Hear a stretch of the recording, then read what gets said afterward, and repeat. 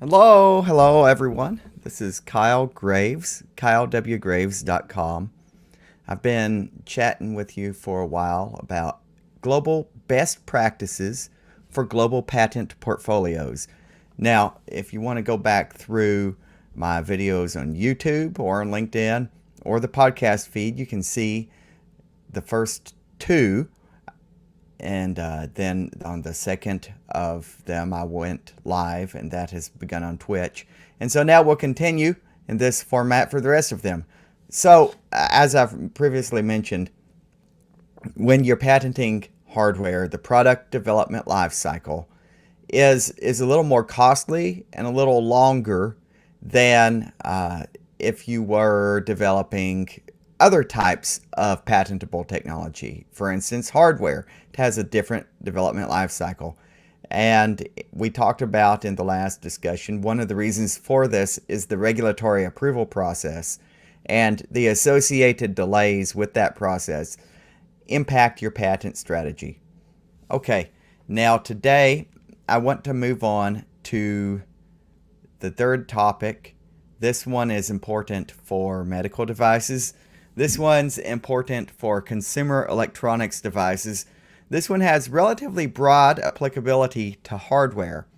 And I wanted to take a moment to talk about manufacturing hubs.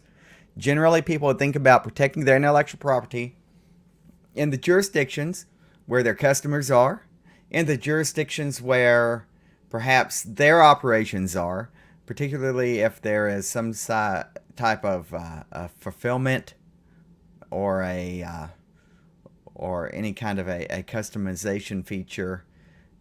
If there's server-side activity that is associated with the hardware. These are all things that people think of, but I want to remind you today, don't forget the manufacturing hubs. That's point number 3, the point for today. When you're doing initial patent strategy planning, don't forget your manufacturing hubs.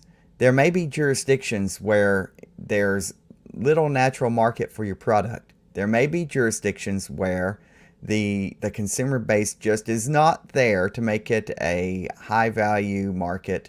You don't expect to sell many products into this market. But regardless of that, if it's a manufacturing friendly destination, I'm thinking the Asian manufacturing hubs. I'm thinking increasingly for US based companies, the NAFTA countries. A lot of manufacturing, a lot of sophisticated manufacturing has moved to Mexico.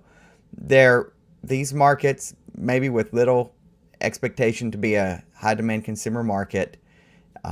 Incidentally, there may be political difficulties in these markets for developing a consumer base there. There may be political difficulties related to enforcing patent rights. Nevertheless, as you're thinking about your competitors, even if there's difficulty enforcing patent rights in these jurisdictions, if they're likely to go there, there's value in getting some protection there, because very often your competitors have global operations as well, and there's reasons beyond the local political difficulties associated with enforcement why they might comply if you were to assert a patent. So all these considerations, they kind of deregulate, and they're not as important as initially you might think. So again, I would say, don't forget the manufacturing hubs. The jurisdictions that might be cost-effective locations to manufacture, they're worth consideration initially. Again, by slow rolling your patent protection strategies, you can bring them under a protective umbrella afforded you by a PCT application. We've talked about this before. Go back to the prior videos. And when you do that, you delay your ultimate decision while you're trying to figure out where your manufacturing hubs even will be.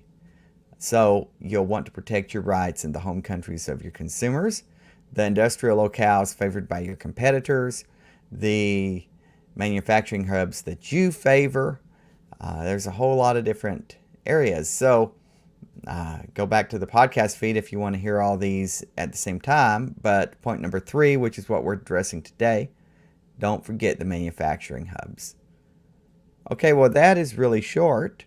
I'm looking at the chat to see if there's any comments. All right.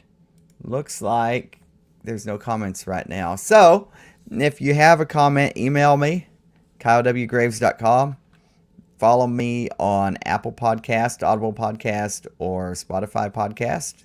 And we will talk more next time.